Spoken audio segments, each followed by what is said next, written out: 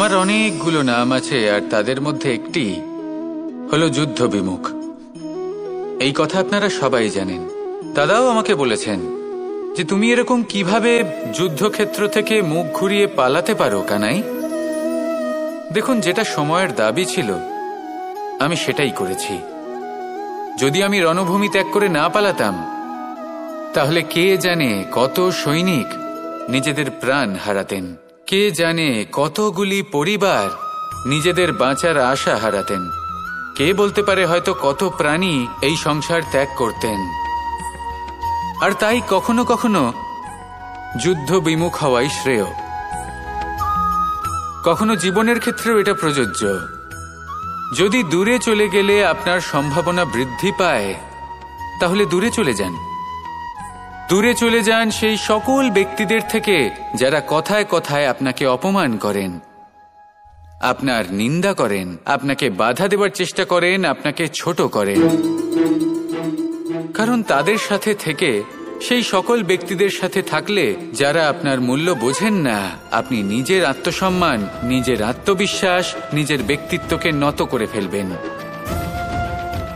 দূরে চলে যান সেই সকল সংঘর্ষ থেকে, সেই সকল পরিস্থিতি থেকে যাদের সম্মুখীন হয়ে আপনি কোনো পরিণামেই পৌঁছতে পারবেন না।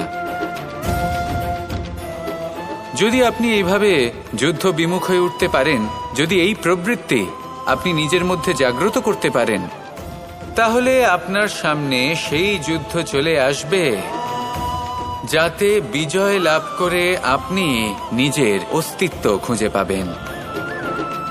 আর সেটাই হলো সবথেকে বড় জয়লাভ। আসুন আমার সাথে ভালোবেসে বলুন, রাধা রাধা। মানুষ একটা অত্যন্ত শ্রেষ্ঠ কর্ম করতে পারেন, সেটা হলো ভুলে যেতে পারা। আর সেটা বরদানের চেয়ে কম কিছু নয়। মানুষকে যখন কোনো কারণে নিজের প্রিয়জনদের থেকে দূরে যেতে হয়,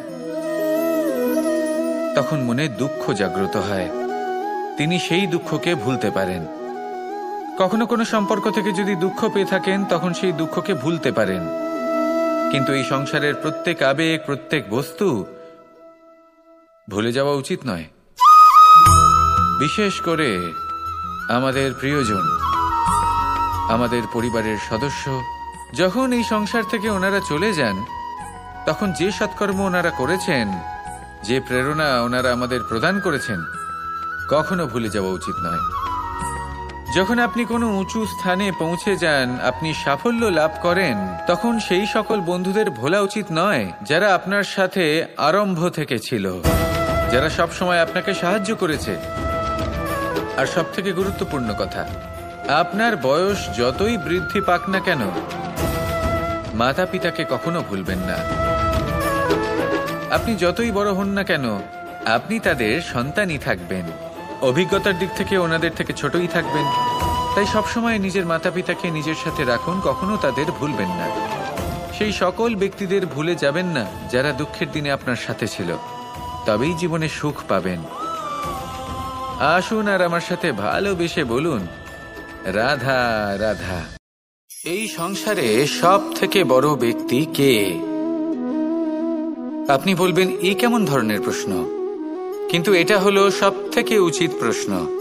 কেউ এর উত্তর দেবে যে সেই মহাপ্রতাপী রাজা, তিনি হলেন সব থেকে বড় ব্যক্তি, সেই বড় রাজনীতিবিদ, তিনিই সব থেকে বড় ব্যক্তি। আমি আপনাকে জানাই যে সংসারের সব থেকে বড় ব্যক্তি হলেন তিনি, যার সাথে দেখা করলে আপনি নিজেকে ছোট মনে করবেন না। কোনো ব্যক্তি যিনি সব থেকে বেশি শক্তিশালী, আপনি যদি তার সামনে যান, তাহলে উনি আপনার অন্তরের শক্তিকে বাইরে বের করে আনবে, আপনার অন্তরের লুকিয়ে থাকা শক্তিকে জাগ্রত করতে প্রেরণা প্রদান করবে। তিনি হলেন বড় ব্যক্তি, তিনি হলেন মহান ব্যক্তি। তিনি নন যিনি নিজের বল এবং ঐশ্বর্য দ্বারা আপনাকে তার সামনে ছোট প্রমাণ করবেন। এবং সেই জন্য মহাদেব আমার আরাধ্য হলেন আমার খুব প্রিয়। কারণ রাজা হোক বা ফকির, কেউ যদি ওনার সামনে যান, তাহলে সে নিজেকে ছোট মনে করেন না। আপনিও যদি জীবনে অনেক বড় হতে চান, তাহলে কাউকে কখনো নিজেকে ছোট মনে করতে দেবেন না। তার অন্তরে বড় হয়ে ওঠার প্রেরণা প্রদান করুন। আসুন আমার সাথে ভালোবেসে বলুন, রাধা রাধা। এই সংসারের একটা নিয়ম আছে, বা বলতে পারেন লোকে তাই বলে, যে শক্তিশালী হয় সে শক্তিহীনকে নত করে দেয়। এমনটাই হয়, তাই না? আবশ্যক নয়। কখনো কখনো এমনও হয় একজন অসমর্থ ব্যক্তি সমর্থ ব্যক্তিকে নত করে দেন। এটা সম্ভব, এও হতে পারে। আর এটা তখন হতে পারে যখন তার মধ্যে ভালোবাসার শক্তি থাকে। ভালোবাসার শক্তি এই সংসারে সবথেকে বড় শক্তি হয়। এই ভালোবাসার শক্তি দ্বারাই নির্ধন সুদামা আমাকে দিয়ে নিজের পা ধুইয়ে নিল, কিছু না বলেই, কিছু না চেয়েই। এই কর্মের আধার ছিল শুধুমাত্র ভালোবাসা। খুব শক্তিশালী হয় এই ভালোবাসা। ভালোবাসার শক্তি দ্বারাই আপনি হিমালয় পর্বতকে নত করতে পারেন, তাহলে কি অসম্ভব হতে পারে? এই ভালোবাসার শক্তির সঞ্চার করুন, আর এই ভালোবাসার সাথেই বলুন, রাধা রাধা।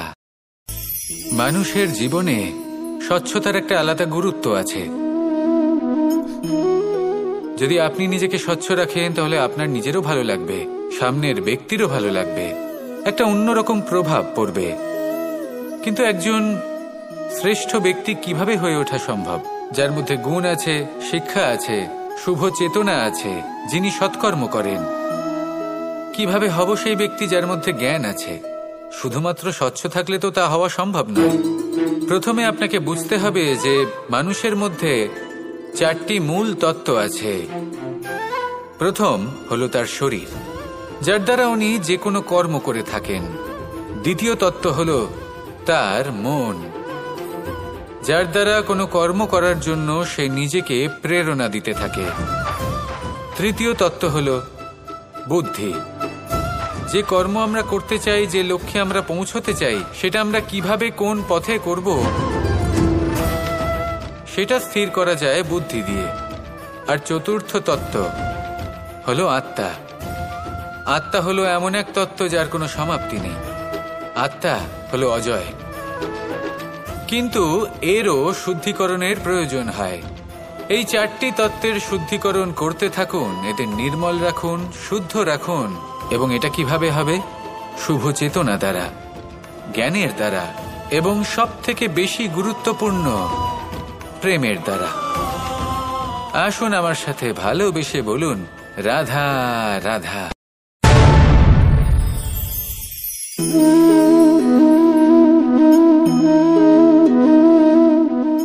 জল এই সংসারের সমস্ত প্রধান তত্ত্বের মধ্যে একটি।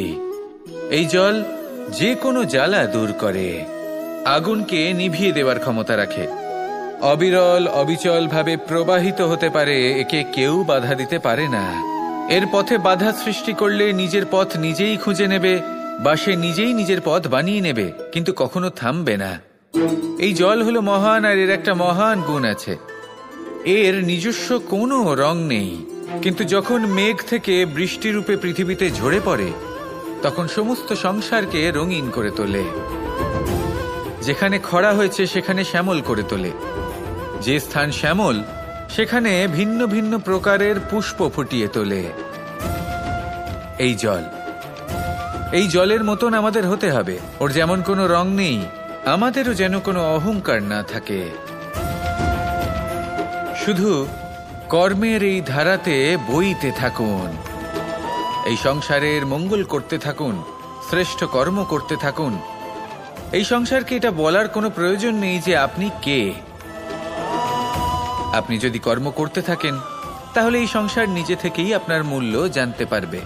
আর তখন এই মন প্রসন্ন হয়ে বলবে, রাধা রাধা। একদিকে হলো আঙুর আর অন্যদিকে কিশমিশ। দেখতে গেলে এই দুটোই সবারই খুব প্রিয়। শিশু হোক, যুবক হোক, বা কোনো বৃদ্ধ ব্যক্তিই হোক না কেন। আর দেখতে গেলে এই কিশমিশ, এটা আঙুর থেকেই আসে, তারই অন্য একটি রূপ। কিন্তু কখনো হাটে যান আর গিয়ে জিজ্ঞেস করুন যে এই কিশমিশ আর আঙুর, এই দুইয়ের মধ্যে অধিক মূল্য কার?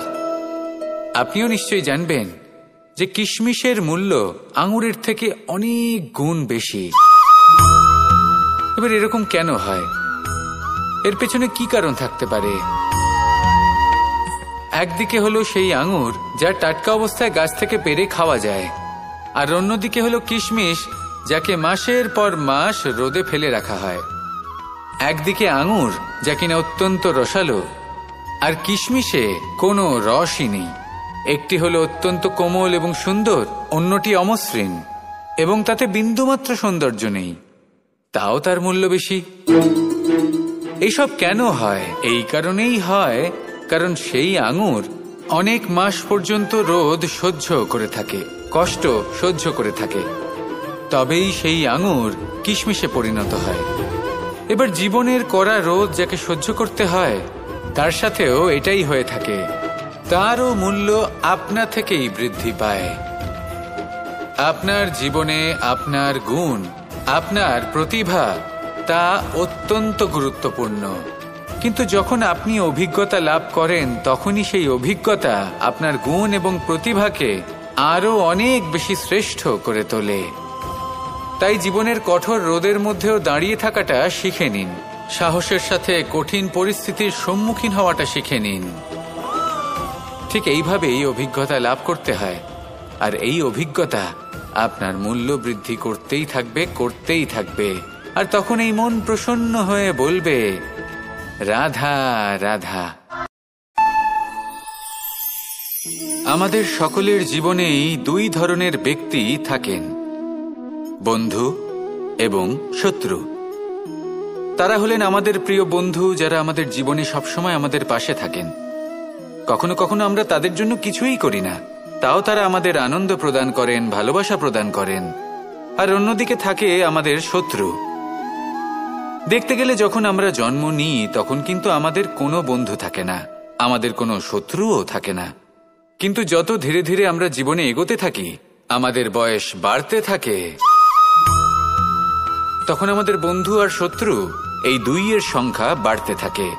আর সেই সবকিছু নির্ভর করছে আমাদের কথার ওপর এবং আমাদের ব্যবহারের ওপর। এবারে আপনি যদি কোনো ব্যক্তিকে স্বাগত জানান উদার চিত্তে, ভালোবেসে, তাহলে সেই ব্যক্তি আপনার বন্ধু হবেই হবে। কিন্তু যদি আপনি নিজে হাতে কাউকে সামনে অগ্রসর হতে বাধা দেন, বিনা কারণে তার সাথে খারাপ ব্যবহার করেন, তাহলে তার মনে শত্রুতার বোধ অবশ্যই জেগে উঠবে। আর রইল বিষয় কথার, যদি আপনার কথা মধুর হয়, তাহলে সবাইকে আপনি আপন করে নিতে পারবেন। এই কথাই যদি কটু হয়, তাহলে আপনার আপনজনেরাও দূরে চলে যেতে পারে। তাই নিজের কথার ওপর সংযম রাখুন এবং নিজের আচরণ উদার করে তুলুন। জীবনে সুখই সুখ থাকবে। আসুন আমার সাথে ভালোবেসে বলুন, রাধা রাধা।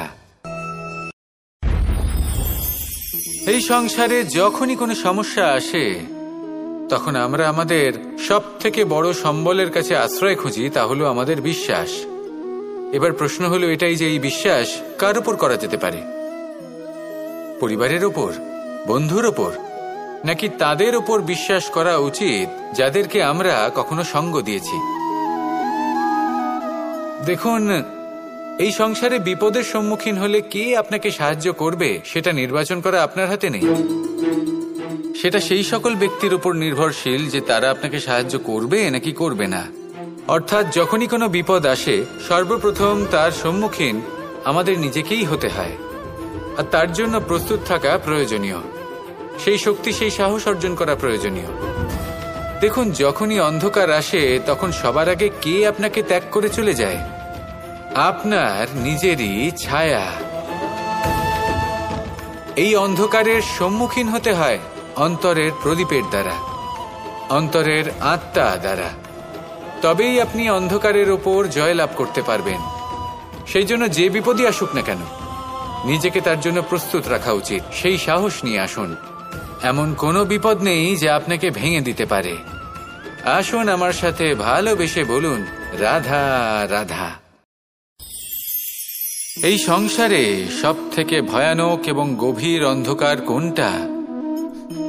সেটা যখন মেঘ সূর্যকে ঢেকে দেয় এবং সংসার অন্ধকারাচ্ছন্ন হয়ে ওঠে, নাকি তখন যখন সূর্যাস্তের সময় ঘনিয়ে আসে, সূর্য ঢলে যায় এবং এই সংসারে অন্ধকার ছেয়ে যায়, নাকি সেই অমাবস্যার রাত্রি যখন চতুর্দিকে ঘন অন্ধকার থাকে এবং চন্দ্রমার প্রকাশ কোথাও থাকে না। না, এই সংসারে সব থেকে বেশি ভয়ানক অন্ধকার হলো মানসিকতার অন্ধকার। মানসিকতা খুব গভীর একটা বিষয়। এই মানসিকতাই সত্যের রূপ ধারণ করে এবং আমাদের এই মানসিকতা এবং বিবেকে একটা সূর্য থাকে। যদি আমরা এটা জীবন থেকে বের করে ফেলি তাহলে নিরাশা, হতাশা, অসফলতা এর এমন এক ঘন অন্ধকারে আমরা ফেঁসে যাব যে তার থেকে বাইরে বের হওয়া প্রায় অসম্ভব ব্যাপার হয়ে দাঁড়াবে। বড়ই কঠিন হয় সেই সময়। সেই জন্য ইতিবাচক মনোভাব থাকা খুব প্রয়োজনীয়। এটা ভাববেন না যে এটা আমার সাথে কেন হলো, এই সমস্যা কেন এলো, ওই ব্যক্তি আমার সাথে এটা কেন করলেন। এটা ভাবুন যে আমি জীবনে যে পরিস্থিতিতে দাঁড়িয়ে আছি তার থেকে আমি ঠিক কিভাবে বাইরে বেরোতে পারবো। যতই ঘন অন্ধকার থাকুক না কেন, খুব ছোট একটা প্রদীপের প্রকাশ আমাদের পথপ্রদর্শক হয়ে দাঁড়াতে পারে। আর আমাদের জীবনে এই ছোট্ট একটা প্রকাশ হলো আশা। এই আশার একটি কিরণ আমাদের অত্যন্ত গাঢ় অন্ধকারেও পথ দেখাতে পারে। তাই এই আশাকে সবসময় মনে প্রজ্বলিত করে রাখুন। গাঢ় থেকে গাঢ় অন্ধকারের সাথে, কঠিন থেকে কঠিনতর সমস্যার সাথে লড়াই করুন, সামনে এগিয়ে চলুন আর আমার সাথে ভালোবেসে বলুন, রাধা রাধা। এই সংসারকে বদলানোর জন্য কিসের প্রয়োজন হয়? আপনার ভাবনা চিন্তার, আপনার মতামতের? না, এই সংসারকে বদলানোর জন্য প্রয়োজন পড়ে সেই উদাহরণের যা আপনি নিজের জীবনে প্রস্তুত করেন। আপনি যখন নিজেকে বদলানোর চেষ্টা করেন তখন আপনি কি করেন? আপনি অন্য কারোর জীবন থেকে উদাহরণ নেন নিজেকে বদলানোর জন্য। তারপর আপনি এক এমন উদাহরণ প্রস্তুত করেন যাতে এই সংসার পাল্টে যেতে পারে। আপনার কর্ম অনুসারে এই সবকিছু হবে। যদি আপনি এই সংসারকে ভালোবাসা শেখাতে চান তাহলে আপনাকে শুধুই ভালোবাসতে হবে। যদি সংসারকে ন্যায় শেখাতে চান তাহলে আপনাকে সবার সাথে ন্যায় করতে হবে। এই সংসার এবং মানুষজন বড়ই বিচিত্র। এরা আপনার কথা শুনবে, আপনার কথা ভাববেও, আপনার মতামত নেবে, কিন্তু বদলাবে শুধুমাত্র উদাহরণ দ্বারা। সেই জন্য ভালো উদাহরণ প্রস্তুত করুন। এবার যদি আপনি স্বর্গলাভ করতে চান তাহলে আপনাকে মৃত্যুবরণ করতেই হবে। এবার যদি আপনি আম গাছ হতে চান তাহলে আপনাকে ধরিত্রীর গভীর পর্যন্ত যেতেই হবে। এবার যদি আপনি সংসারকে ছায়া দিতে চান তাহলে আপনাকে সূর্যের তাপ সহ্য করতেই হবে। আসুন আমার সাথে ভালোবেসে বলুন, রাধা রাধা। শক্তি, সামর্থ্য, প্রাবল্য এসব কোথা থেকে আসে? কোথা থেকে এগুলো প্রাপ্ত করা যায়? সেই লক্ষ্য দ্বারা যা আমরা প্রাপ্ত করতে পারি, নাকি সেই সংঘর্ষ দ্বারা যা আমরা জয় করতে পারি? না, এখান থেকে শক্তি লাভ করা সম্ভব নয়। যখন আপনার সামনে এমন কোনো লক্ষ্য থাকবে যাকে ভেদ করা অসম্ভব মনে হবে, তাও আপনি চেষ্টা করতে থাকবেন। আপনার সামনে এমন এক সংঘর্ষ থাকবে যা জয় করা সম্ভবই নয়, তাও আপনি চেষ্টা করতে থাকবেন। তখন আপনার শক্তি বৃদ্ধি পায়। অসম্ভবকে সম্ভব করে দেখালে শক্তির বৃদ্ধি হয়। দেখুন, যা সম্ভব তা তো যে কেউ করতে পারে। যা অসম্ভব কিন্তু আপনি চাইছেন তা পূর্ণ করুন। সেই লক্ষ্য প্রাপ্ত করুন। সেই সংঘর্ষের ওপর জয়লাভ করুন। প্রয়াস তো করে দেখুন। এই চেষ্টার দ্বারা এই শক্তির বৃদ্ধি হয়। আর যখন সেই শক্তি উচ্চ স্তরে পৌঁছে যাবে তখন আপনি অসম্ভবকে সম্ভব করে দেখাবেন। তাই জীবনে চেষ্টা করতে থাকুন আর আমার সাথে ভালোবেসে বলুন, রাধা রাধা।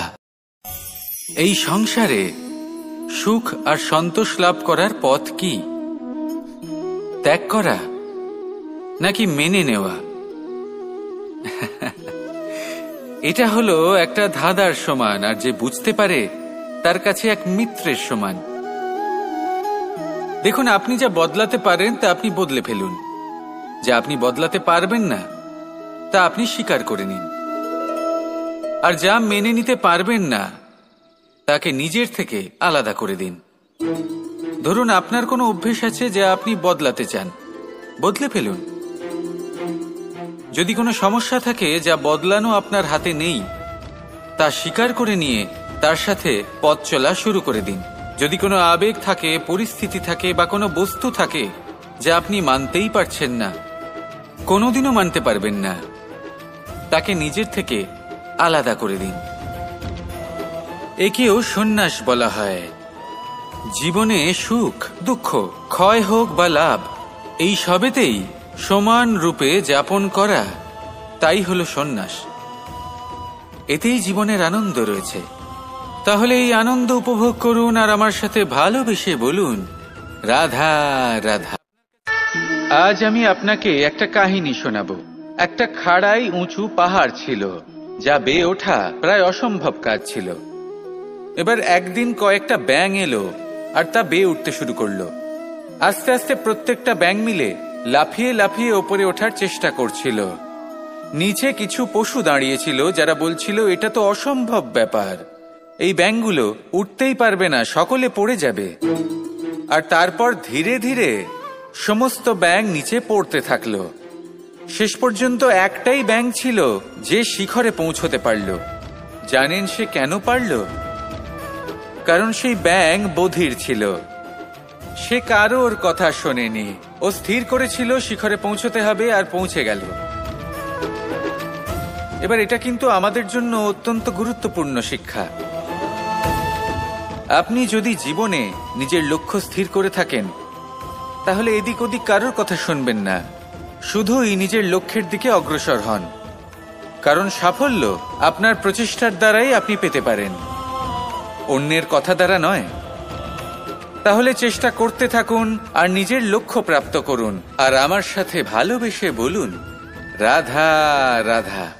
ভাবেন যে ধন অর্জন করা হলো অত্যন্ত গুরুত্বপূর্ণ। তিনি আজীবন ধন অর্জন করতে থাকেন, ধন অর্জন করার চেষ্টা করতে থাকেন। সে যাই হয়ে যাক না কেন, পরিশ্রম করতে থাকেন। স্বাস্থ্যের দিকে নজর দেন না, না উচিত সময় খাবার খান, না উচিত সময় ঘুমোতে যান, না পর্যাপ্ত সময় পর্যন্ত ঘুমন, কিছুই না। ধন অর্জন করতেই থাকেন, করতেই থাকেন। আর কিছু সময় পরে যখন তিনি অসংখ্য ধন লাভ করে ফেলেন, তখন তার সাথে ওনার শরীরে অনেক রোগ বাসা বাঁধে। এইসব রোগের উপচার করতে করতে সেই সমস্ত ধন যা উনি অর্জন করেছেন তা তিনি ব্যয় করে ফেলেন। শেষ পর্যন্ত কি হয়? আমরা যেভাবে এসেছি ঠিক সেইভাবেই ফিরে যাই, ধন এখানেই থেকে যায়। দেখুন, একটা অত্যন্ত গুরুত্বপূর্ণ কথা রয়েছে যে আপনার বোঝা উচিত। এই যে ধন, তার ব্যবহার করুন জীবনকে আরো ভালো করে তোলার জন্য। ধনের সদ্ব্যবহার করা উচিত, এমন যেন না হয় এই ধন আপনাকে ভোগ করে ফেলে। এই জীবনকে নিশ্চিত রূপে আরো শ্রেষ্ঠ করে তুলুন। কিন্তু এই ধন অর্জন করার এই প্রক্রিয়াতে নিজের সারা জীবনকে নষ্ট করে ফেলবেন না। এই জীবন উপভোগ করতে শিখুন আর আমার সাথে ভালোবেসে বলুন, রাধা রাধা।